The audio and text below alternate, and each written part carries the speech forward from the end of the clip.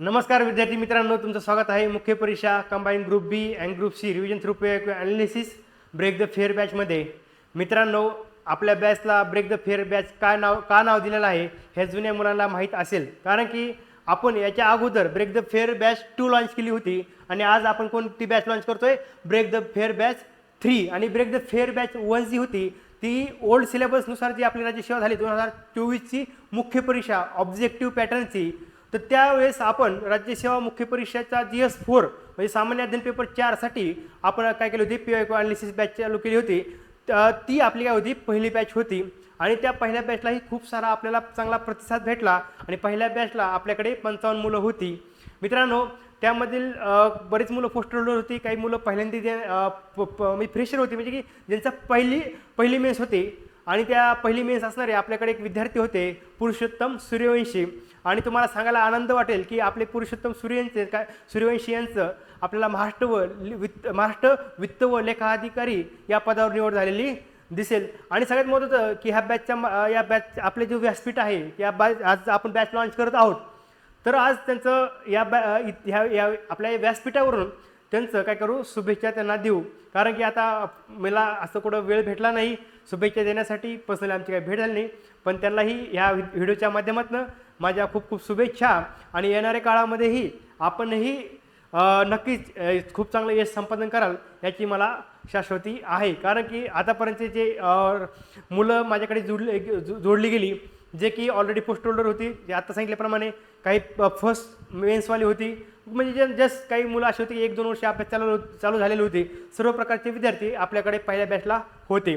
आणि आत्ताची जी बॅच होती, समजा ब्रेक द फेअर बॅच 2 म्हणजे पूर्व परीक्षा combine group B and group C, तर त्यामध्ये आपल्याला जवळपास 30-32 मुलं होते. मला जास्त आकडा फुगून सांगायला आवडत नाही, आहे ते सांगायचं. पहिल्या बॅचला 55 मुलं होती, त्यात बऱ्यापैकी पोस्ट होल्डर, फ्रेशर अशा सर्व प्रकारची मुलं होती. आणि आत्ताचे 30-32 जे मुलं होती आपल्याला कायला पूर्व परीक्षेला, त्याच्यामध्ये आपल्याला काही पोस्ट होल्डर, काही फ्रेश म्हणजे न्यू कमर पण मुलं आपल्याकडे होती. आणि सगळ्याला त्या आपल्या बॅचचा खूप चांगल्या प्रकारे फायदा झालेला दिसेल. आणि त्यामुळे प्रत्येकाचे स्कोअर इम्प्रूव्हमेंटमध्ये त्यांना कुठंतरी ते खूप चांगला बेनिफिट झाला. आणि त्यांनी मला फोन करून पर्सनली सांगितलं की सर, आता तुम्ही मुख्य परीक्षेसाठीही बॅच रन करा. त्यांचा आग्रह होता की मुख्य परीक्षेसाठी बॅच घ्या. आता दुसरं गोष्ट की आता माझी पण इच्छा होती मुख्य परीक्षेच्या बॅच लॉन्च करायची, पण जेव्हा त्या मुलांचे स्वतःहून फोन आले की सर, आम्हाला प्रीला खूप छान फायदा झाला, आता मेन्ससाठीही तुम्ही आम्हाला गाईडन्स करा आणि आपली जी बॅच आहे समजा पेपर ॲनालिसिसची, तुम्ही ती कंटिन्यू करा मेन्ससाठी.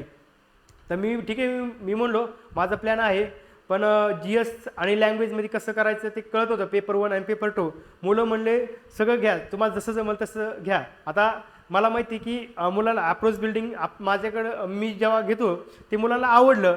आता स्वतःबद्दल एक प्रामाणिकपणे सांगतो, अभिमान वाटतो की आपण जे घेतलं ते मुलांना परीक्षेला उतरलं म्हणजे इन द सेन्स सांगायचं गोष्ट म्हणजे की मुलांना त्याचा फायदा झाला. आणि मुलांनी ते प्रतिक्रिया आम्हाला दिल्या आणि त्या कॉन्फिडन्सच्या जेव्हा आज मी कंबाईन ग्रुप बी आणि सीची मुख्य परीक्षेची बॅच आपण रन करत आहोत. ठीक आहे मित्रांनो, आता जास्त फापट पसारा सांगणार नाही की तुम्ही म्हणता सर स्वतःबद्दल स्तुती करायला लागली वगैरे वगैरे. ठीक आहे मित्रांनो, स्वतःला मी शाबासकीची थाप दिली पाहिजे. माझी पण ही नवीन सुरुवात होती बॅचची आणि खूप साऱ्या मुलांनी, काही माझ्याकडनं थोडंफार 19-20 झालं कधी, तर त्यावेळेसही मुलांनी काय केलं, सावरून घेतलं. आणि तुमच्या मित्रांनो, तुमच्या रिव्ह्यू किंवा तुमच्या ज्या प्रतिक्रिया होत्या त्यांनी मला खूप चांगल्या प्रकारे कॉन्फिडन्स दिला आणि बॅच पुढे रन करण्यासाठी. आणि त्याला मला ते म्हणते ना की एकदा आणखी चांगल्या प्रकारची एक एनर्जी तुमच्यामुळे मला मिळाली. त्याबद्दल तुमचंही खूप खूप धन्यवाद. ठीक आहे मित्रांनो, जुन्या मुलांना तर माहिती आहे आपल्याला आपलं शिकवण्याची पद्धती, पण जे नवीन मुलं जॉईन झालेले आहेत त्याच्यासाठी आपण थोडं बोलूयात. तर लक्षात ठेवा मित्रांनो, जसं बाहुबली 1 आला चित्रपट, त्यानंतर काय आलं, बाहुबली 2 आला, KGF 1 चॅप्टर आला, तसा KGF 2 आला. आपला आत्तामध्ये आला पुष्पा 1 आला, नंतर पुष्पा 2 आला. हे तुम्हाला चित्रपटाचं माहीत असेल. तसंच आपलं ब्रेक द फेअर बॅच 2 जी होती, बरोबर आहे, म्हणजे पूर्व परीक्षेची गट ब आणि क ची आता जी पूर्व परीक्षा झाली 2025ची, तर त्यासाठी जी आपण बॅच रन केली होती त्याच बॅचचा पुढचा पार्ट असं म्हणू शकतो किंवा सिक्वेल म्हणू शकतो. किंवा जे म्हणतो ना, पहिला पिक्चर आपला होता समजायचं की combined group B and C पूर्व परीक्षा ब्रेक द फेअर बॅच 2 हे आपला पहिला पार्ट होता असं समजा. आणि त्याचा पुढचा पार्ट काय आहे, break the fair batch 3 combine group B आणि सी मुख्य परीक्षा 2025. असं बोलण्याचं कारण असं हे का मी तुम्हाला सांगतोय सिक्वेल वगैरे चित्रपटांचा संदर्भ का देतोय, कारण की मित्रांनो महाराष्ट्र लोकसेवा हक्क अधिनियम, माहितीचा अधिकार अधिनियम, रिमोट सेन्सिंग आणि आपले जे पर्यावरण असेल आणि दुसरा महत्त्वाची गोष्ट की थोडेफार आणखी 1-2 पॉईंट असतील इकॉनॉमिक्स किंवा बाकीचे सब्जेक्टचे ते थोडेफार नवीन आहेत मेन्सला. पण प्रीचा जो सिलेबस आहे किंवा प्रीचं जे आयोगाचा एरिया ऑफ इंटरेस्ट आहे क्वेश्चन विचारण्याचा किंवा क्वेश्चन विचारण्याची जी शैली आहे तीच as it is copy paste मेन्सला आहे. त्यामुळे मी तुम्हाला सांगतो मित्रांनो की आपण कंबाईन ग्रुप बी आणि ग्रुप सी पूर्वपरीक्षेसाठी आपण किती पेपर ॲनालिसिस घेतले होते, 14 पेपर ॲनालिसिस घेतले होते. तर लक्षात ठेवा मित्रांनो, तर आपण आत्ता किती घेणार आहोत मेन्ससाठी 2023 आणि 24 झालेले कंबाईन ग्रुप बी आणि ग्रुप सीचे 4 पेपर आपण काय घेणार आहोत, ॲनालिसिस घेणार आहोत. तर मित्रांनो तुम्ही म्हणताल की त्यावेळेस 14 घेतले आता 4 का, तर मित्रांनो जे 14 होतं ना प्रीला तेच आता मेन्सला तुम्हाला पुढे दिसणार आहे. त्यामुळे मला असं वाटलं की वेगळं विशेष रेकॉर्डिंग करणं किंवा लेक्चर घेणं काही उचित नाही. पण त्यावेळेस मी जे घेतलं ते खूप चांगल्या लेवलला घेतलं होतं आणि त्याचा प्रचिती मला आली का तर मुलांचे स्कोअर आले. तर आता तुम्हाला एक सांगतो, नवीन मुलांसाठी एक सूचना आहे आणि जुन्या मुलांसाठी एक सूचना आहे. आधी जुन्या मुलांसाठी सांगतो, आता आपण ही बॅच रन करत आहोत तर तुम्ही काय करा, ते जुने लेक्चर आहेत आपले बरोबर आहे 17 ते 24 कंबाईन गट ब आणि गट क चे पूर्वपरीक्षेचे सगळे 14 पेपर एकदा चांगले पाहून घ्या.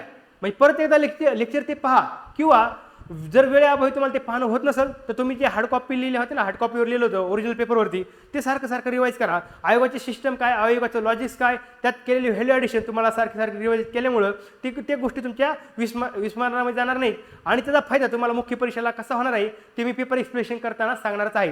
हे झालं जुन्या विद्यार्थ्यांसाठी.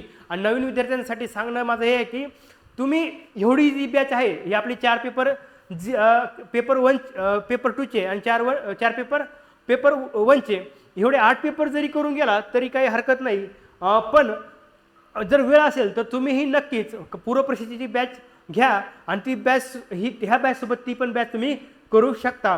पण त्याचा फायदा असा होईल की तुमचं जे तुम्हाला सांगायचा फायदा असा होईल की ते 14 पेपर एक्सप्लेन केलेले आणि आत्ता 2025च्या ज्या पूर्वपरीक्षा झाल्या गट ब आणि कच्या त्याचे 2 पेपर आहेत, ते 2 पेपर मी अपडेट करून आपल्या त्या बॅचमध्ये मी ॲड करणार आहे. म्हणजे पहिले 14 पेपर एक्सप्लेन केले होते 2017 ते 2024 आणि 2025चे 2 पेपर म्हणजे टोटल किती झाले 16 पेपर आणि हे 4 पेपर किती झाले 20 पेपर तुमचे जी सामान्य अध्ययन म्हणजे GS जनरल स्टडीजचे होऊ शकत नाही तर होतीलच. आता मी तर कंप्लीट केले, तुम्हाला करायला काय हरकत आहे. आणि एकदा तुम्ही एक पेपर करायला लागला ना तुम्हाला ते इंटरेस्ट निर्माण होईल आणि तुम्हाला ते जास्तीचे घंट्याचे लेक्चर जे आहेत माझी ती बॅच जवळपास 48 ते 52 घंट्यापर्यंत आहे मॅक्स. मे बी कमी असेल थोडीफार, मी आता एक्झॅक्ट काउंट नाही केलेलं. पण तुम्ही ती पण बॅच पहा आणि ही बॅच पण आपली मॅक्स टू मॅक्स जास्तीत जास्त 30 ते 32 घंट्यापर्यंत जाईल, त्याच्यावर जाणार नाही. आणि मला असं वाटतं की ह्या बॅचचा फायदा तुम्हाला मेन्समध्ये नक्कीच होणार आहे. मी तुम्हाला हे 100% सांगतो. सगळ्यात महत्त्वाची गोष्ट आणखी दुसरं की लँग्वेजचा विषय. आता मी तुम्हाला सांगतो की पेपर 2 जो आहे सामान्य अध्ययन ज्यात आपले इतिहास, भूगोल, पॉलिटी, इकॉनॉमिक्स जे आहे त्याच्यामध्ये आपल्याला काय करायचं आहे लक्षात ठेवा. त्याचं कंटेंट बिल्ड ह्या मेन्समध्ये त्या कंटेंट बिल्ड करत असताना त्या पेपर 2मध्ये आपल्याला जे ट्रॅडिशनल जे सब्जेक्ट आहेत त्याच्यावर जास्त न भर देता आपल्याला जे ॲक्ट आहेत 2 महाराष्ट्र लोकसेवा हक्क अधिनियम आणि माहितीचा अधिकार अधिनियम, रिमोट सेन्सिंग, दुसरं आहे इन्फॉर्मेशन टेक्नॉलॉजी, पर्यावरण, ह्या जास्तीत जास्त ह्याच्यावर आपल्याला भर द्यायचा आहे. आणि माझा असा प्रयत्न राहील हे जे 5 टॉपिक जे सांगितले कोणते महाराष्ट्र लोकसेवा हक्क अधिनियम, माहितीचा अधिकार अधिनियम, रिमोट सेन्सिंग, इन्फॉर्मेशन टेक्नॉलॉजी आणि पर्यावरण, हे आपले जेवढे लेक्चर होतील GSचे किंवा पेपर 2चे ते त्यामध्ये बऱ्यापैकी डाटा कव्हर करण्याचा माझा प्रयत्न असेल. आणि काही जे ट्रॅडिशनल टॉपिक आहेत ते मागच्या प्रीच्या बॅचमध्ये कव्हर झालेले आहेतच, हे तुम्हाला जुन्या विद्यार्थ्याला माहीत आहे. पण नवीन विद्यार्थ्यांनी ती बॅच परचेस करा. वेळेअभावी जर तुम्हाला ती बॅच बघणं होत नसेल, एवढी बॅच जरी बघून गेला तरी तुम्ही मेन्सला तुम्हाला ह्याचा फायदा होईल. पण मला असं म्हणणं आहे जर शक्य होत असेल तर प्रीची ही बॅच ह्याच्यासोबत घेऊन तुम्ही सोबत विकत घेऊन परचेस करून, आणि फीस पण आपली नॉमिनल आहे 400 रुपये फीस आहे, म्हणजे असं खूप जास्त नाही. आणि ह्याची 200 रुपये, म्हणजे तुम्ही दोन्ही बॅचेस सोबत घेतल्या तर 600 रुपयाला तुम्हाला पडतील. पण विषय पैशाचा नाही.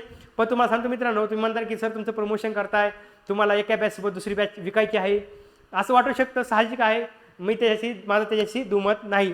पण मित्रांनो तुम्ही नक्की बघा त्या बॅचमध्ये आपल्याला 2024चा जो पूर्वपरीक्षेत पेपर आहे कंबाईन गट बचा तो मी फ्री टू ऑल केलेला आहे. तिथं त्या बॅचमध्ये जा, ते 4 पार्ट 1 पार्ट 2 पार्ट 3 आणि पार्ट 4 मध्ये तो मी काय केलेलं एक्सप्लेन केलेला आहे. जरी तुम्हाला ती बॅच परचेस नाही करता आली, ह्या बॅचमधले 4 पेपर कायचे पेपर 2चे आणि त्या कंबाईन गट ब आणि क पूर्वचे जे बॅच आहे ब्रेक द फेअर बॅच 2 त्यातील 2024चा गट बचा पेपर मी खूप चांगल्या प्रकारे एक्सप्लेन केला आहे. तो पण नक्की पहा, म्हणजे तुम्हाला तिथे एक आयडिया भेटेल लॉजिक. तिथं पण मी बऱ्यापैकी गोष्टी खूप चांगल्या डिस्कस केलेल्या आहेत आणि त्या गोष्टी इथं पण थोड्याफार रिवाईज करण्यासाठी तुम्हाला डिस्कस केल्या जातील.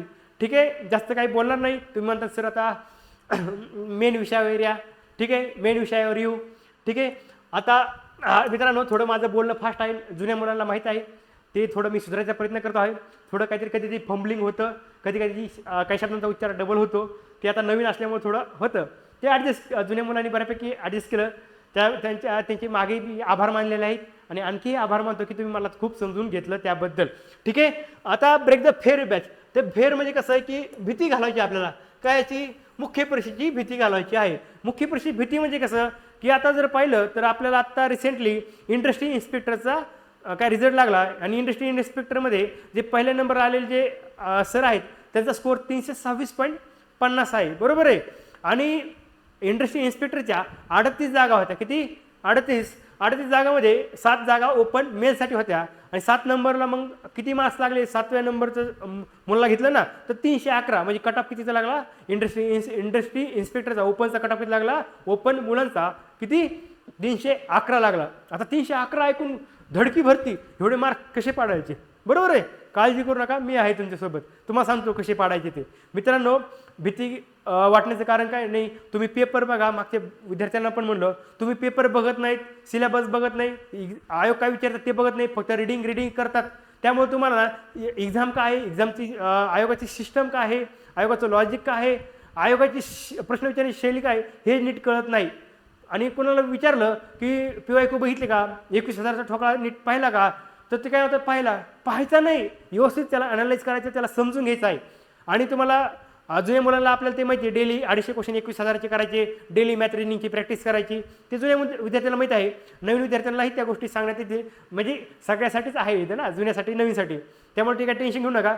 तेही तुम्हाला मी गाईड करणार आहे. ते 21,000 कसं करायचं, काय करायचं ते पुढं आपण डिस्कस करू. तर मित्रांनो हे जे कट ऑफ वाढत चाललेत ना 300 आणि STI असेल, PSI असेल, ESO असेल, तर तुम्ही 2023-24 जर पाहिलं जे कट ऑफ होते ते नियर अबाउट किती, म्हणजे तुम्ही जर पाहिलं की 292ला किती 292 288 वगैरे किंवा 290च्या अराउंड हे सगळे कट ऑफ फिरत आहेत. म्हणजे जवळपास 300 टच झालेले आहेत सर्व कट ऑफ. आणि 300 आकडा ऐकून म्हणजे 200पैकी 150 क्वेश्चन निगेटिव्ह जाऊन काढणं मुलांना अवघड वाटत आहे.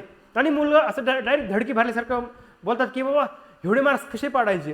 तर मित्रांनो तुम्ही एकदा व्यवस्थित जर सिलेबस पाहिला, सिलेबसनुसार मेन्सचा अभ्यास केला, प्रीचं पण तेच आहे, मेन्सचं पण तेच गणित आहे, तुम्हाला मी पेपर अनालिसिस करताना सांगणारच आहे. तुम्हाला जर ते जाणवलं की पेपर पाहिलं कळलं की खूप सारं PYQचं म्हणजे आलेले जे प्रश्न आहेत त्याचं रिपिटेशन आहे आणि काही क्वेश्चन सरळ साधे विचारलेले आहेत. त्यामुळे काय व्हायला, ते मार्क्स मुलांचे वाढायला लागलेले आहेत. आणि तुम्हाला मी एवढं सांगतो मित्रांनो, आयोगाने थोडा जरी U-टर्न घेतला ना, हे 300 जे कट ऑफ जातात ना ते कधी 240ला 230ला ते कळणार पण नाही. आयोग काय चाललंय, सरळ चाललंय. मागं जे विचारलंय तेच पुढं विचारायला लागले. काही गोष्टी कॉपी पेस्ट विचारलेले, काही प्रश्न ॲज इट इज टाकून द्यायला लागले. त्यामुळे कट ऑफ वाढायला लागले आहेत. ज्या मुलांना हे कळलं त्या मुलांनी PYQ अनालिसिस चांगलं केलं, 21,000चा ठोका चांगला केला, ओरिजिनल पेपर चांगले केले आणि ते पोरं पास होऊन निघून गेले. पण आपलं काय झालं, आपण फक्त रिडिंग करतोय. आणि मी तुम्हाला ते सांगते, जुन्या बॅचच्या विद्यार्थ्यांना पण ते सांगितलं. आता मी म्हणलो तुम्ही PYQ करा, फक्त PYQ करायचे नाही. म्हणजे कसं होतं, काही पोरं PYQच करतात, रिडिंग करत नाही, आणि काही मुलं रिडिंग करतात आणि PYQ काहीच करत नाही. मित्रांनो गाडीची 2 चाक आहेत, रिडिंग आणि काय करणं, PYQच करणं. हे सोबत तुम्ही घेऊन गेलं पाहिजे. ते तुम्हाला कसं घेऊन जायचं ते मी तुम्हाला नंतर गायडन्स करीलच. ठीक आहे, आता बघूयात ही भीती घालण्याचं काम कसं आहे काय. जास्त वेळ न घालता आपण नेमकं असेल. आता काय करू, आधी सिलेबस बघू. काय करू, मेन्सचा सिलेबस बघू. तर आपल्याला कसं आहे की मेन्सला आपल्याला किती 2 पेपर आहेत. पेपर 1ला पेपर 2 पेपर आहेत, पेपर 1 आणि पेपर 2. तर पेपर 1मध्ये काय आपल्याला लक्षात ठेवा, मराठी आणि इंग्रजी आहे. काय, मराठी आणि इंग्रजी आहे. आणि एकच मिनिट मराठी आणि इंग्रजी आहे आणि पेपर 2 मध्ये काय सामान्य अध्ययन व बुद्धिमत्ता चाचणी. हे आपलं नीट वाचून घ्यायचं. कधी कधी ना सिलेबस आपण पाहत नाही, नेमकं आयोग काय म्हणतंय, चाललंय आपलं काही ना काही पुस्तक आहे 500 पानाचं वाचत चाललाय, मग किती आयोगासाठी काय महत्त्वाचं आहे का ते बघत नाही, नुसतं 500 पानं कसे कंप्लीट करायचं एवढं टार्गेट असतं. मित्रांनो, आपल्याला इन्फॉर्मेशन गॅदर करण्यासाठी आपण इकडं आलेलो नाहीत. आयोगाला जे अपेक्षित आहे ते करण्यासाठी इथं आलेलो आहोत आणि आयोगाला जे अपेक्षा आहे ते केलं तरच आयोग आपल्याला काय करणार आहे, सिलेक्शन निवड यादीमध्ये टाकणार आहे. निवड यादीमध्ये टाकणार आहे म्हणजे इन द सेन्स आयोगाच्या नुसार अभ्यास केला तर चांगले स्कोर येईल आणि आयोग आपली निवड करेल. तर लक्षात घ्या, पेपर 1 मध्ये काय आहे तर लक्षात मराठी इंग्रजी आणि पेपर 2 मध्ये काय सामान्य अध्ययन व बुद्धिमत्ता चाचणी. तर अशा प्रकारे पेपर 1 आणि पेपर 2 आहेत. पेपर 1 मध्ये जर पाहिलं पेपर क्रमांक 1 मध्ये आपलं काय मराठी इंग्रजी या विषयामध्ये खालील घटक उपघटकांचा समावेश असेल. तर मराठीमध्ये काय लक्ष ठेवा, पहिल्यांदा काय सर्वसामान्य शब्दसंग्रह आहे, नंतर वाक्यरचना आहे, व्याकरण आहे, म्हणी व वाक्प्रचार यांचा अर्थ आणि उपयोग, तसेच उत्तरावरील प्रश्नांची उत्तरे आहे. तर मित्रांनो, मराठी इंग्रजी करताना आपल्या डोक्यामध्ये एकच भरलंय, मराठी इंग्रजी करायचं म्हणजे फक्त ग्रामर करायचं आणि जास्तीत जास्त ग्रामरच करायचं. मित्रांनो, फक्त आपल्याला 25 ते 26 क्वेश्चन किंवा 27 क्वेश्चन हे ग्रामरवरती असतात, बाकीचे पॅसेज आणि व्होकॅब्युलरीवर असतात किंवा त्याला शब्दसंग्रह म्हणता येईल. फक्त आपण काय करतो, ग्रामर करतो, ग्रामर करून असं म्हणतो की झालंय माझं लँग्वेज, आता मी एक्झाम तोडून टाकतो म्हणजे फोडतो आणि चांगला स्कोर काढून घरी येतो. पण घरी आल्यावर कळतं की अरे स्कोर आला नाही आन्सर की आल्यानंतर. मग मला सांगा हे स्कोर काय येत नाही, तर तुम्ही फक्त आयोगाचं नीट सिलेबस पाहिलं नाही. आयोग काय म्हणले, व्याकरण हे ते फक्त एकदाच दिलंय, व्याकरण इंग्लिशमध्ये पण बघायचं, ग्रामर पण बाकीचं लक्ष ठेवा ना. स्पष्ट उल्लेख आहे सर्वसामान्य शब्दसंग्रह, वाक्यरचना, म्हणी व वाक्यप्रचार म्हणजे त्याचे अर्थ आणि उपयोग आणि उतारावरील प्रश्न. इथं उतारा 5 मार्काला आहे, इथं उतारा 5 मार्काला आहे, 10 मार्क आहे. मित्रांनो, आपण जास्तीत जास्त तयारी ग्रामरची करतो म्हणजे किती इथले समजा 25-26 क्वेश्चन आणि इंग्रजीचे 25-26 क्वेश्चन म्हणजे मराठीचे 25-26 इंग्रजी 25-26 म्हणजे जवळपास फक्त 50 ते 60% आपण तयारी करतो. व्होकॅब्युलरी थातूर करून जातो बघू एक्झाम दिवशी आणि पॅसेज आपण ऑन दी स्पॉट सोडतो, खूप इंटेलेक्च्युअल असल्यासारखे आपण वागतो. हे चुकीचं आहे मित्रांनो. हे माझे जेव्हा मी एक्झाम देतो त्यावेळेस पण माझ्याकडनं झालेल्या चूक आहेत ते तुमच्याकडनं पण होतात, साहजिक आहे. ठीक आहे, आता पण चूक केली, इथून पुढे चूक करायची नाही. मग लक्षात पॅसेजची ही तयारी आपल्याला करायची आहे, ती कशी करायची तुम्हाला मी बॅचमध्ये सांगणार आहे. नंतर आहे पेपर क्रमांक 2 सामान्य क्षमता चाचणी. या विषयामध्ये खालील घटक उपघटक समावेश आहे. तर लक्षात ठेवा, सामान्य बुद्धिमापन व आकलन. ह्याच्यामध्ये काय आहे, सामान्य बुद्धिमापन व आकलन ह्याच्यामध्ये काय कॉम्प्रिहेन्शन दिलेलं आहे. ते काय आहे ते आपण पेपर डिस्कस करताना पाहू. नंतर आहे चालू घडामोडी, अंकगणित व सांख्यिकी. आता बघा इथं कसं आहे, अंकगणित व सांख्यिकी. मित्रांनो, आपल्याकडे जे आहे ना अंकगणित व सांख्यिकी हे जवळपास 12 क्वेश्चन असतात. किती? 12 क्वेश्चन असतात. आणि सामान्य बुद्धिमापन व आकलन किती असतात? 10 असतात. म्हणजे टोटल किती झाले? 22 क्वेश्चन आहे. अंकगणित व सांख्यिकी, सामान्य बुद्धिमापन, आकलन म्हणजे वेगळं आहे बरं का. सामान्य बुद्धिमापन हा वेगळा टॉपिक आहे, आकलन वेगळा टॉपिक आहे, अंकगणित हे वेगळा टॉपिक आहे, सांख्यिकी हे टॉपिक आहे. फक्त बुद्धिमत्ता व अंकगणित करून पेपर जातात आणि पोरं म्हणतात अरे माझी क्वेश्चनच बरोबर नाही आले, मी तर खूप प्रॅक्टिस केली होती, रात्रंदिवस अभ्यास केला. मित्रा, तुम्ही काय केलंय, अंकगणित केलं, बुद्धिमत्ता केली, आकलन कॉम्प्रिहेन्शन स्टेटमेंट स्वरूपाचे काही क्वेश्चन येतात ना मेन्सला किंवा प्रीला पण आलेले आहेत आणि त्यावरून निष्कर्ष काढायचे असतात. जसं पॅसेजला क्वेश्चन असतात, पॅसेज असतो त्यावर खाली मग दिलेले प्रश्न दिलेले असतात की वरील पॅसेजचं शीर्षक द्या किंवा निष्कर्ष काढा, गृहीतक काढा. त्या प्रकारचे आपल्याला मधल्या काळामध्ये असे क्वेश्चन आलेले दिसतात, त्याला आपण कॉम्प्रिहेन्शन आकलन म्हणू शकतो. आणि सांख्यिकी काय हेच पर्यंत माहीत नाही. बार डायग्राम काय ते जास्त ना, असे वर्तुळ असतं, मग ते काय हे काय असं काहीतरी असं असतं. बरोबर आहे काय असते. आणि जे गणिताचे जे ज्यांचं बॅकग्राऊंड आहे ते आहे त्याला बऱ्यापैकी माहीत आहे. 10वीपर्यंत होतं सगळ्यांना, म्हणजे असं वेगळी काही गोष्ट कुठून आपण अमेरिकेवरून कुठून परग्राऊंड नाही आणलेली. पण आपल्याला कसं आहे सवय लागली फक्त अंकगणित आणि बुद्धिमत्ता करायची. आकलनावर आपण भर देत नाही, सांख्यिकीवर भर देत नाही. लँग्वेज पेपरमध्ये 10 मार्कला पॅसेज आहे पण त्याची कधी प्रॅक्टिस करत नाही, ऑन द स्पॉट जाऊन पेपर सोडवतो. हे चुकीचं आहे आणि ते बरोबर करण्याचं काम आता आपण इथून पुढे करणार आहोत. नंतर आहे माहितीचा अधिकार अधिनियम 2005 आहे व महाराष्ट्र लोकसेवा हक्क अधिनियम 2015. हे बऱ्यापैकी आपल्या बॅचमध्ये आपण पाठ करून घेणार आहोत. त्यातली जी कलम आहेत ते तोंड पाठ करून घेणार आहोत, त्यामुळे तुम्ही टेन्शन घ्यायचं नाही. म्हणजे पॉलिटी आहे, भारतीय राज्यघटना त्या संदर्भात आहे, आधुनिक भारताचा विशेषतः महाराष्ट्राचा इतिहास प्रीला पण होता, मेन्सला पण आहे. भारताचा व महाराष्ट्राचा भूगोल प्रीवर मेन्सला पण आहे. आणि पर्यावरण फक्त आपलं काय आहे, हे पर्यावरण कंबाईनच्या मेन्सला आपल्याला ॲड झालेलं आहे.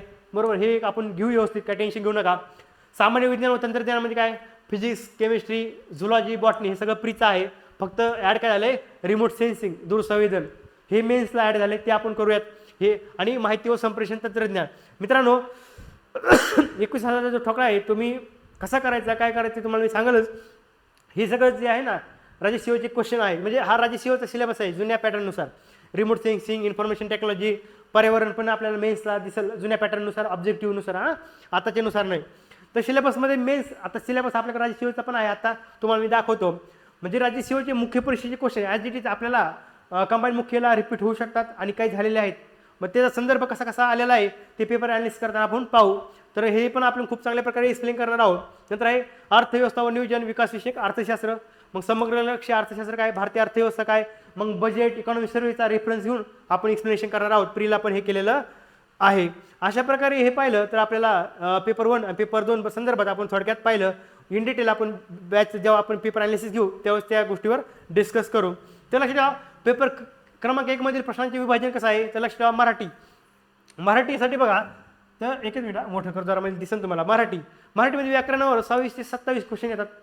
कोर व्याकरण, ग्रामर, शब्दसंग्रहावर 18 ते 19 येतात आणि उतार्यावरती 5. मग जर पाहिलं तर 19 5 24 म्हणजे 50% वेटेज कशाला आहे पॅसेज म्हणजे उतारा आणि शब्दसंग्रहाला आहे. व्याकरण किती 50% दिसलं, कळलं का. आता बऱ्यापैकी जुन्या मुलांना माहीत असेल किंवा ज्यांनी मेन्स दिली त्याला पण आयडिया असेल. पण तुम्हाला जे म्हणलं की आपण जास्त वेळ व्याकरणावर घालतो, उतारा कधी बघतच नाही आणि शब्दसंग्रह थातूरमातूर करून जातो, त्यामुळे आपले रिझल्ट येत नाही. इंग्लिशला पण ते सेम आहे. ग्रामर 26-27ला आहे, व्हॉकॅब्युलरी 18 ते 19 आहे आणि पॅसेज 5ला. आणि पेपर क्रमांक 2 मध्ये आता सांगितलं की इतिहासाला आपल्याला 10 क्वेश्चन आलेले दिसतील मेन्सला. भूगोल व पर्यावरण म्हणजे इथं काय आहे भूगोलासोबत काय आहे पर्यावरण, ते दोन्ही मिळून 10 क्वेश्चन असतात. राज्य व्यवस्थेवर पॉलिटीवर 15 क्वेश्चन आहे. सगळ्यात जास्त वेटेज आपल्याला पॉलिटी दिसेल.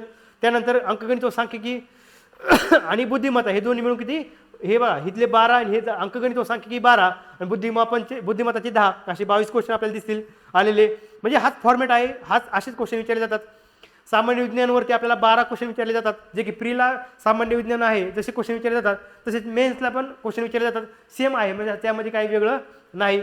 फक्त इथं काय इन्फॉर्मेशन टेक्नॉलॉजी ज्या माहिती तंत्रज्ञान आहे आपल्याला ते 4 क्वेश्चन ॲड झालेले दिसतील. रिमोट सेन्सिंग ते 4 क्वेश्चन ॲड झालेले दिसतील. म्हणजे सामान्य विज्ञान त्याला आपण असं एकत्रित म्हणू शकतो सायन्स आणि टेक्नॉलॉजी म्हणजे काय विज्ञान आणि तंत्रज्ञान मिळून आपल्याला 20 क्वेश्चन आपल्याला इथं दिसतात.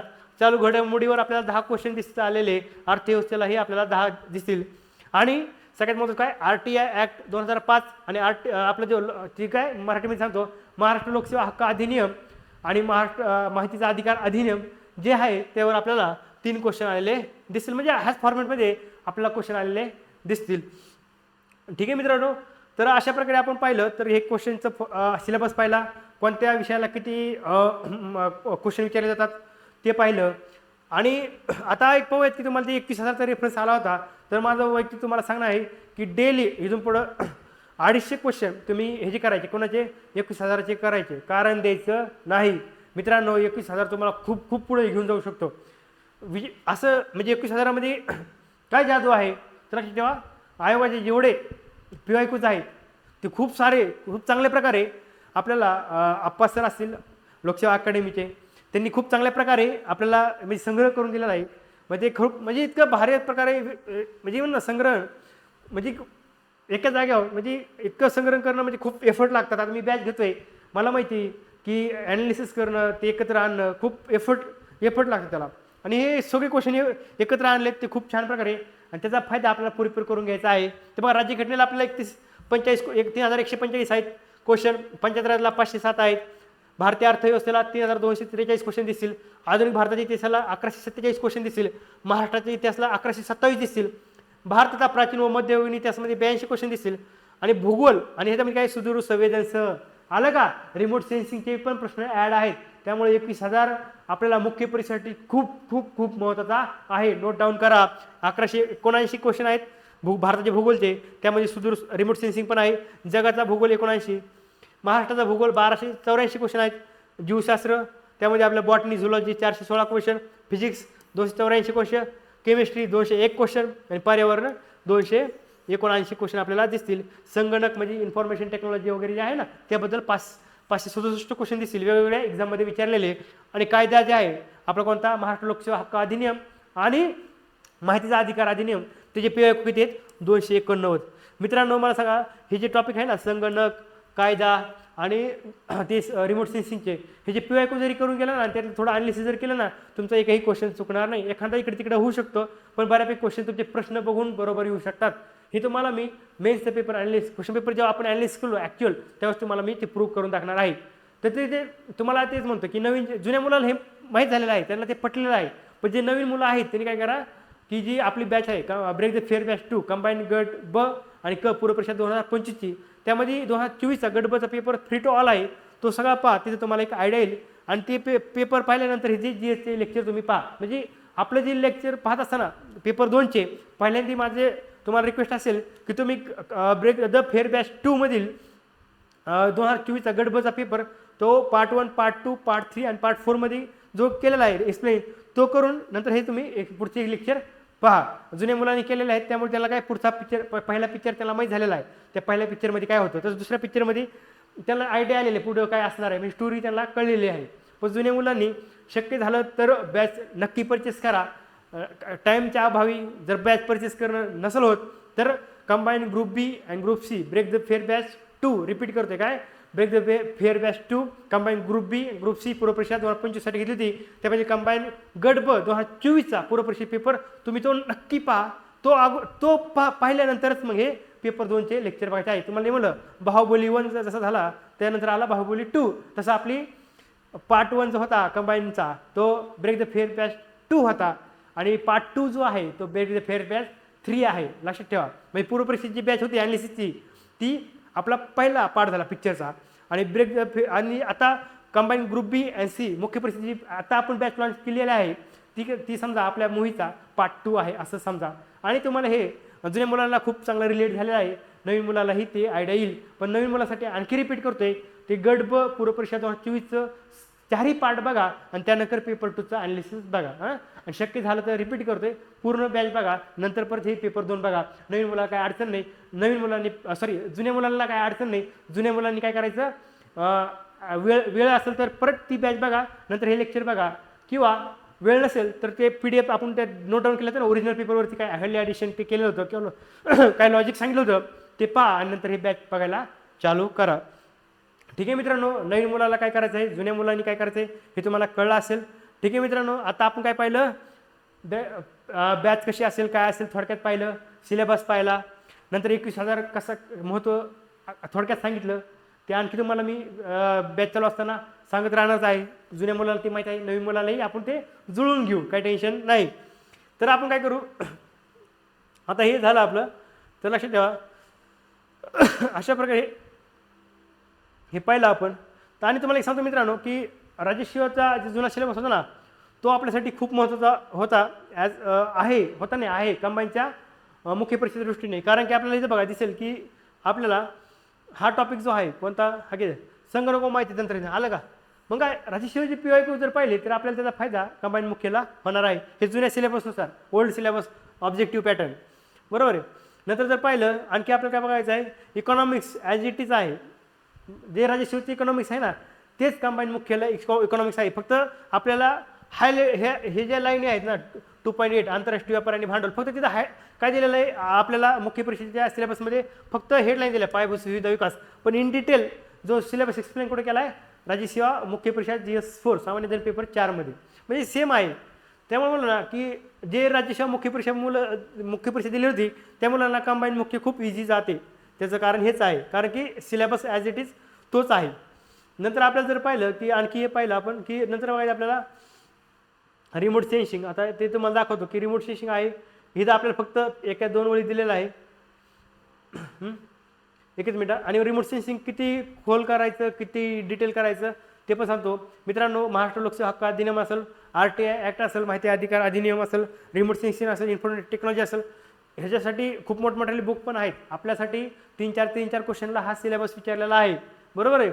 त्यामुळं इन डिटेल करत बसायचं नाही. मी तुम्हाला सांगतो कसं करायचं आता महाराष्ट्र लोकसेवा हक्क अधिनियम आणि माहितीचा अधिकार अधिनियम यासाठी घारगे सर जे आहेत फ्युचर बुक सेंटर आहे किंवा फ्युचर मोठे पब्लिकेशन आहे घारगे सरांचं. आता मला एक्झॅक्ट नाव आठवण आहे सरांचं, मी कालच बुक परचेस केलं आहे. घारगे सरांचं ते महाराष्ट्र लोकसेवा हक्क अधिनियम आणि माहितीचा अधिकार अधिनियमचं छोटं बुक आहे. तो खूप छान 70 रुपयाला छोटी बुकलेट आहे, नोट्स स्वरूपात आहे. त्यामध्ये PIQs पण आहे, ते तुम्ही परचेस करा. आणि सायन्स टेक्नॉलॉजीसाठी काय करा माहिती का, विज्ञान तंत्रज्ञानमधील माहिती तंत्रज्ञान कोणतं इन्फॉर्मेशन टेक्नॉलॉजी टॉपिक आहे ना आपल्याला, त्यासाठी काय करा सायन्स अँड टेक्नॉलॉजी जे मुख्य परिषदेचं सचिन भस्के सरांचे पुस्तक आहे ना, त्यातलं फक्त काय करा IT इन्फॉर्मेशन टेक्नॉलॉजी माहिती व तंत्रज्ञान जे आहे ना तेवढं टॉपिक करा. आणि रिमोट सेन्सिंगसाठी काय करा भस्के सरांचं छोटं बुक आहे ते एक तुम्ही करू शकता. आणखी कुठं चांगला सोर्स असेल तर तुम्ही करा, पण खूप भापट प्रसार करू नका. नोट्स स्वरूपात जे असेल अवेलेबल तेवढंच करा, कारण की 3 ते 4 क्वेश्चनला आहे. आणि काही मुलं 3 ते 4 क्वेश्चनला आहे म्हणून करतच नाही, ते पण चुकीचं आहे. आणि खूप आहे एक्झामला म्हणून खूप सारं करत बसणं, खूप मोठं पुस्तक वाचत बसणं ते पण चुकीचं आहे. 3 ते 4 मार्कला आहे ना, मग नोट्स स्वरूपात छोटं करून घ्यायचं, वाचून जायचं. आणि सोपे क्वेश्चन असतात, एखादा दुसरा ट्रिकी क्वेश्चन असतो तो कोणालाच येत नाही, आला तर तो योगाने बरोबर येतो. ठीक आहे, त्याबद्दल हे आपण नंतर डिस्कस करू. आता बघा आपल्याला काय बघायचं, हा की रिमोट सेन्सिंग जे आहे ना, काय हिचं आहे बघा, हे बघू शकता की बघा रिमोट सेन्सिंगची मूलभूत तत्वे असं आहे. मग बघ त्याला किती एक्सप्लेन केलेलं आहे बघा, एरियल फोटोग्राफ, GIS आणि त्याचे अनुप्रयोग. म्हणजे दोन ना राज्यसेवेचे मुख्य परीक्षेचे क्वेश्चन रिमोट सेन्सिंगचे जर केले तर तेच क्वेश्चनचा फायदा तुम्हाला कंबाईन मुख्य परीक्षेला होईल. ठीक आहे मित्रांनो, अशा प्रकारे मी तुम्हाला थोडक्यात एक आयडिया दिली आपली बॅच कशी असेल. सिलेबस मुख्य परीक्षेचा कसा आहे ते पाहिलं, प्रश्नांचं वेटेज विषयानुसार पाहिलं, आणि 21,000चं महत्त्व काय आहे ते थोडक्यात सांगितलं. आणि दुसरी एक सांगतो की आपल्याला आणखी गोष्ट करायची आहे कोणती, तर लक्षात ठेवा, जे लोकसेवा अकॅडमीचं जे मराठीचं जे ॲनालिसिसचं बुक आहे ना मराठीच्या क्वेश्चनचं, ते तुमच्याकडे असायला पाहिजे. किंवा 0 एरर मराठी उदय कदम सरांचं आहे ते वापरलं तरी चालेल. आणि नंतरचं आहे 0 एरर इंग्लिश महेश पाटील सरांचं, ते एक तुमच्याकडे असलं पाहिजे. म्हणजे कंपल्सरी हे 3 पुस्तकं तुमच्याकडे असली पाहिजे. कोणते, 21,000चा लोकसेवा अकॅडमीचा ठोकळा, आपले त्यात सामान्य अध्ययन पेपर आहे, पॉलिटी, इकॉनॉमिक्स, हिस्ट्री, जिओग्राफी, ते सर्व आत्ता पाहिलं आपण ते. आणि इंग्लिशसाठी 0 एररचं पुस्तक तुमच्याकडे कंपल्सरी पाहिजे, हे दुसरं पुस्तक.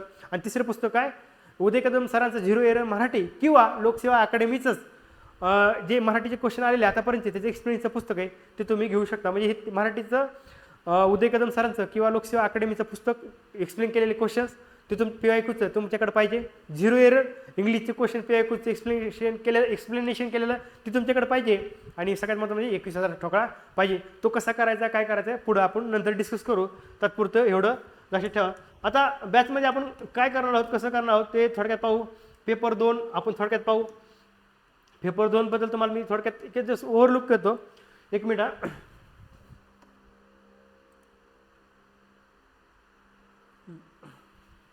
एकच मिनिट. हां,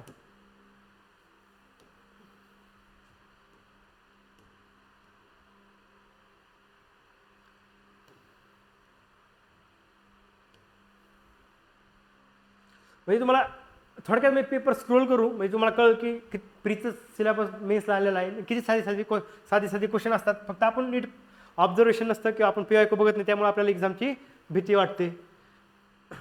एकच मिनिट.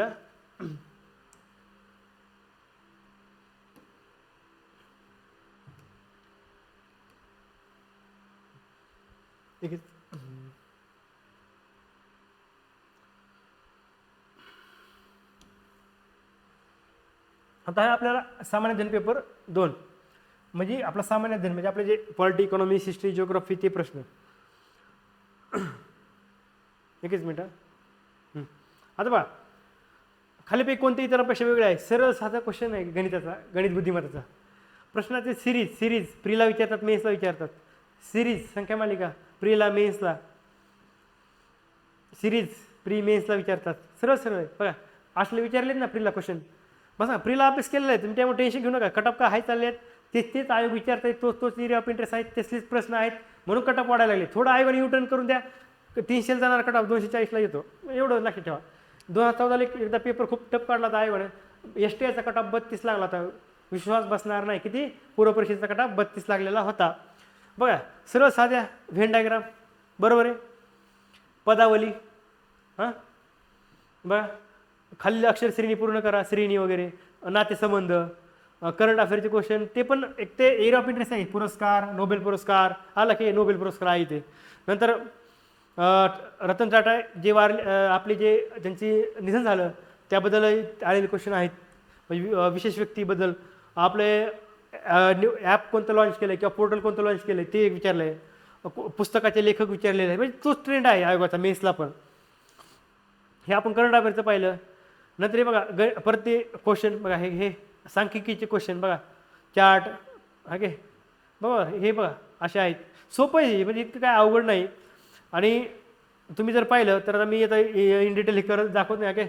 महाराष्ट्र लोकसेवा हक्क अधिनियम बघा मित्रांनो, 33 नंबरचा क्वेश्चन, 34 नंबरचा क्वेश्चन आणि 35 नंबरचं क्वेश्चन. म्हणजे 2 महाराष्ट्र लोकसेवा हक्क अधिनियमवर विचारलेत आणि एक क्वेश्चन माहितीचा अधिकार 2005 वरती विचारलेत.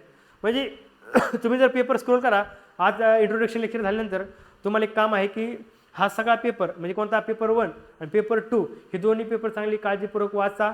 आणि ते काळजीपूर्वक वाचून नेक्स्ट जे लेक्चर होतील कोणते आपले ॲक्च्युअल लेक्चर जेव्हा चालू होतील ॲनालिसिसचे, ते तुम्ही पहा. आणि तुम्हाला एक सांगतो, जुन्या विद्यार्थ्याला ही माहीत आहे की आपलं काय आहे की लेक्चर बघायच्या अगोदर तुम्ही काय करायचं, पहिल्यांदी पेपर सॉल्व करायचा. सॉल्व नाही केला तरी ॲटलिस्ट वाचून तरी यायचा. त्यानंतर लेक्चर बघायचं. आणि लेक्चर बघत असताना हातात पेन बिन काही घ्यायचं नाही, फक्त लेक्चरवर कॉन्सन्ट्रेट करायचं. लेक्चर बघून झालं, सगळं लेक्चर संपलं, नंतर काय करायचं, परत लेक्चर लावायचं, 2च्या स्पीडनी चालू करायचं आणि त्यानंतर नोट डाऊन करायला लागायचं. बरोबर आहे. आता थोड्याशा काही सूचना आहेत लेक्चर कसे करायचे, कसे बघायचे, ते तुम्हाला मी लेक्चर चालू झाल्यानंतर सांगणारच आहे. ॲक्च्युअल लेक्चर जेव्हा चालू होतील त्यावेळेस. अशा प्रकारे जर पाहिलं तर आपण काय पाहिलं, GS बद्दल पाहिलं. आणि आपल्याला नंतर पाहिजे आहे लँग्वेज. लँग्वेज संदर्भात आपल्याला असं काही वेगळं दिसणार नाही, तेच क्वेश्चन आलेले दिसतील. एकच मिनिट.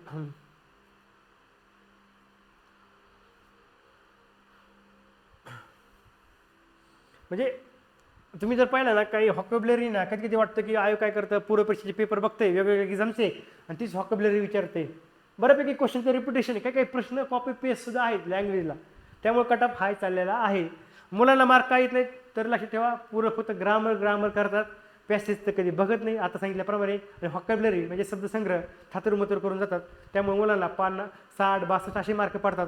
आणि ज्या मुलांना कळतं की पॅसेजही तेवढेच महत्त्वाचे आहेत, हॉकॅब्युलरी तेवढेच महत्त्वाचे आहे, ग्रामरही तेवढं महत्त्वाचं आहे, तो मुलगा 85-90ला गेल्याशिवाय राहत नाही. आणि 85-90ला नेण्याचं काम मला तुमचं करायचं आहे. कारण की आपलं बॅचचं टार्गेट काय आहे, किती टार्गेट 300+. किती टार्गेट 300+.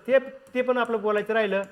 ते मेन जे टार्गेट आहे 300+ कसं काढायचं. तर लक्षात ठेवा मित्रांनो, आपला पेपर 1 जो आहे लँग्वेजचा आणि पेपर 2 आहे सामान्य अध्ययनाचा. पेपर 2 जो आहे सामान्य अध्ययनाचा मित्रांनो, हे आपल्याला कमीत कमी 65 बरोबर 65 क्वेश्चन निगेटिव्ह जाऊन बरोबर काढायचे आहेत. आणि ते निघतात. आणि कसे काढायचे ते सांगतो मी. आणि पेपर 1ला लँग्वेजला आपल्याला किती काढायचे आहेत, कमीत कमी 85 काढायचे आहेत. ते कसे काढायचे, मोठा आकडा नाही, अशक्य असा आकडा नाही, शक्य असा आकडा आहे, त्यामुळे टेन्शन घ्यायचं नाही. तो कसा काढायचा मी बॅचमध्ये सांगणारच आहे. बरोबर. मग 85-65 किती झाले मित्रांनो, किती झाले, 150 गुणिले 2 करा. म्हणजे एक क्वेश्चन 2 मार्कला आहे ना, मग 150 गुणिले 2 आले का. इतकं साधं गणित आहे. तुम्ही म्हणता सर बोलायला सोपं आहे, एकदा अभ्यास करायला लागल्यावर कळतं 300 पाडणं अवघड आहे. कसं चॅलेंजिंग आहे, मान्य आहे चॅलेंजिंग आहे, पण अवघड नाही. असं भीती मनात घर करून ठेवण्यासारखं असं काही नाही. थोडं चॅलेंजिंग आहे पण अवघड नाही. चॅलेंजिंग असणं अवघड असणं वेगळी गोष्ट आहे. अवघड म्हणजे जी गोष्ट जमूच शकत नाही, चॅलेंजिंग म्हणजे जी गोष्ट जमू शकते.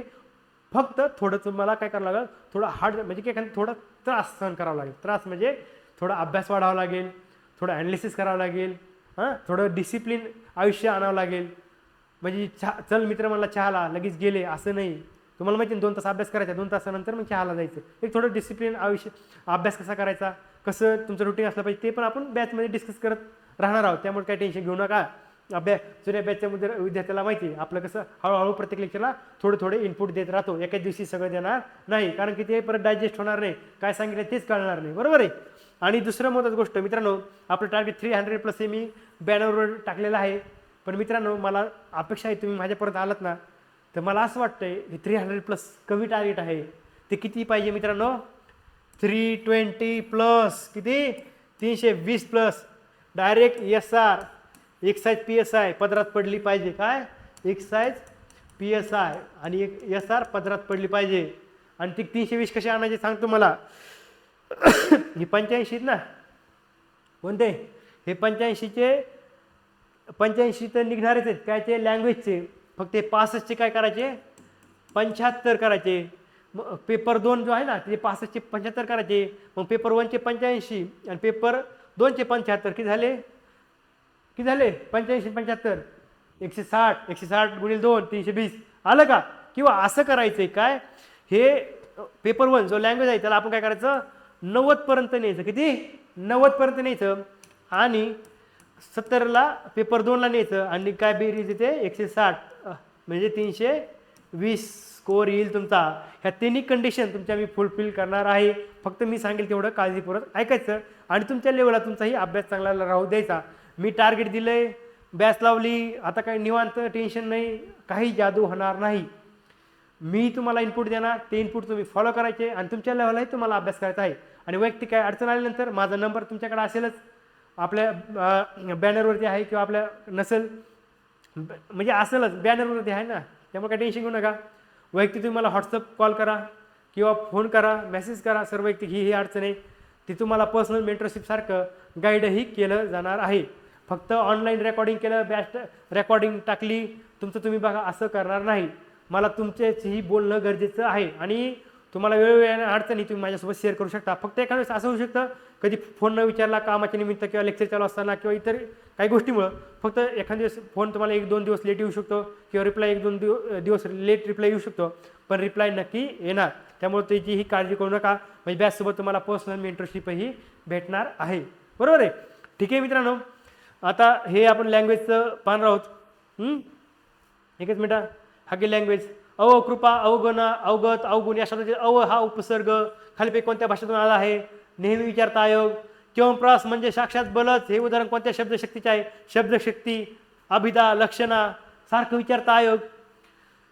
शब्द उच्चारतात विशिष्ट आकृती व वस्तू आपल्या मनचक्षुपुढे येते. अभिधा लक्षणा व्यंजना लक्षणा आयोग सारखं विचारतंय. बघा तुम्ही प्रिवियस क्वेश्चन बघून हे तुम्हाला कळल. खाली पुढे पण शब्द प्रमाण लेखन शुद्ध लेखन प्रमाण लेखन काय आहे नेहमी आयोगाने विचारलेलं आहे. शत्रूची सैन्य समोरासमोर तळ ठोकून होती. प्रत्येक घटिके अंश अभ्यासतंय पूर्ण अभ्यासतंय उपसर्ग घटित आहे हे नेहमी विचारता आहे. मला सांगा ना माझ्याने हे काम होणार नाही कोणता प्रयोग आहे. Repeated question. किती बेचा आंबा आहे या वाक्याचा प्रकार ओळखा. विधानार्थी प्रश्नार्थी आयोग विचारून स्वतः झाला या प्रश्नांचा. खालीपैकी मिश्र वाक्य कोणते नेहमी विचारता आयोग. पाऊस पडला तर पिके चांगली आली असती. मित्रांनो हे नेहमी आयोग आपल्याला काय विचारलेलं दिसेल. हे मराठीत झालं. तुम्हाला इंग्लिशचंही थोडक्यात सांगतो कसं आहे. आता आपल्याकडे वेळ नाही जास्त वेळ घालवणार नाही कारण की आपल्याला पुढं वेळ आहे त्यावेळेस आपण त्यावर इन डिटेल डिस्कस करू. फक्त तुम्हाला ओरिएंटेशन लेक्चरमध्ये कसं काय सांगणार आहे ते तुम्हाला मी म्हणजे कसं असेल लेक्चर वगैरे ते सांगत आहे. जुन्या मुलांना माहीत आहे नवीन मुलांना थोडी आयडिया देण्यासाठी आपलं हे चालू आहे. आणि नवीन मुलांसाठी एक किती कंबाईन गट बघून हा 24चा पूर्वपरीक्षा पेपर जो केला आहे ब्रेक द फेअर बॅच 2 मध्ये जो अनालिसिस करून ठेवलेला आहे तो तुम्ही पहा. तिथंही तुम्हाला बऱ्यापैकी आपल्या बॅचची आयडिया येऊन जाईल. नंतर बघा आपल्याला बघायचं English fill in the blank with the correct option घेऊन below. I manage to get to sleep there was a lot of noise. म्हणजे काय मला थोडक्यात सांगतो आपल्याला इंग्लिश भारी नाही. थोडक्यात माझी इंग्लिश तुमची इंग्लिश सारखी आहे. मी पण झेडपीचा विद्यार्थी तुम्ही पण झेडपीचे विद्यार्थी. आपल्याला माहिती आहे आपली इंग्लिश कशी आहे बरोबर आहे. फक्त आपल्याला कळलं ना I manage to get to sleep there is a lot of noise. म्हणजे जर काहीतरी कळतोय खूप सारा गोंगाट असताना मी झोपी गेलो. म्हणजे गोंगाट असला तरी मी काय झालं झोपी गेलो असा सेन्स लागला. मग त्याचं उत्तर काय ऑल्दो. म्हणजे काय I manage to get just to sleep although there was a lot of noise. Grammar असणं माहितीचं आहे का नाही. सरळ वाक्याच्या अर्थानुसार सेन्स लागून आपण उत्तर काढू शकतो. तुम्हाला ग्रामर माहीत नसताना किंवा शब्द माहीत नसताना म्हणजे शब्दाचे अर्थ माहीत नसताना कसे उत्तर काढायचे. आयोगात इंग्लिशचे प्रश्न सोडत असताना त्या वाक्याचा सेन्स कसा घ्यायचा त्यानुसार कसे इलिमिनेशन करून उत्तर काढायचे ते इंग्लिशच्या बाबतीत तुम्हाला परफेक्ट सांगणार नाही. इंग्लिशची भीती तुम्ही बिलकुल काय बाळगायची नाही आणि पॅसेजची तर बिलकुल बाळगायची नाही. इंग्लिशचे पॅसेज कमी वेळेत कसे सॉल्व करायचे मराठीचे पॅसेज कमी वेळेत कसे सॉल्व करायचे मी तुम्हाला सांगणार आहे. 4 मिनिटामध्ये जास्तीत जास्त किती 4 मिनिटामध्ये मराठीचे पॅसेज जास्तीत जास्त 4 मिनिटामध्ये काय इंग्लिशचा पेशा सॉल्व करून तुम्हाला देणार आहे. ती ट्रिक सांगणार आहे कसं सॉल्व करायची ते, बरोबर आहे. आणि ती स्पीड कशी पकडायची ते बघणार आहोत. कारण की हे 10 क्वेश्चन शेवटी मुलं काय करतात, पेपर चालू असताना 1 तास असतो, वेळ पुरत नाही, सी बी बी ए काहीतरी देतात तुक्के लावून आणि घरी येतात. हार्डली मग 2 किंवा 3 बरोबर आले असतात. मित्रांनो, पॅसेजचे क्वेश्चन असे असतात की 10 पैकी तुमचे 8 पैकी कमीत कमी 8, कधी ते आउट ऑफ पण बरोबर येऊ शकतात. 8-10 क्वेश्चन बरोबर येणं म्हणजे तुम्ही खूप सारं मुलांना म्हणजे काय कट ऑफ म्हणजे तुम्हाला तिथं 290 मार्क पडणार आहे, तिथे तुम्हाला 300 पडू शकतात. जे 300 पडायचे 310 पडू शकतात. पण हे जर 4-5 मार्क कमी झाले डायरेक्ट तुम्ही लिस्टच्या बाहेर पडू शकता ना. तुम्हाला म्हणजे एका मार्कावर मेन्सला कितीतरी मुलं असतात, बरोबर आहे. आणि त्यामुळं तुम्हाला एक सांगतो आणखी दुसऱ्या महत्त्वाची गोष्ट आहे की मुलांना कॉम्पिटिशन खूप आहे, माझं कसं होईल, अशा काही भीती असतात, त्या पण काढून टाकण्याचा प्रयत्न आपण बॅचच्या माध्यमातून करणार आहोत. आणि त्या संदर्भात काही अडचणी असतील तर ते तुम्ही मला कॉल करून विचारू शकता. आता इथं इन डिटेल सांगणं आता पॉसिबल नाही. तर काही मुलांना वैयक्तिक काही एक्झाम संदर्भात प्रश्न असतील, अडचणी असतील, त्यांनी कॉल करून मला माझ्याशी बोलू शकता. ठीक आहे मित्रांनो, जास्त वेळ न घालवता आता आजचं लेक्चर इथे थांबतोय.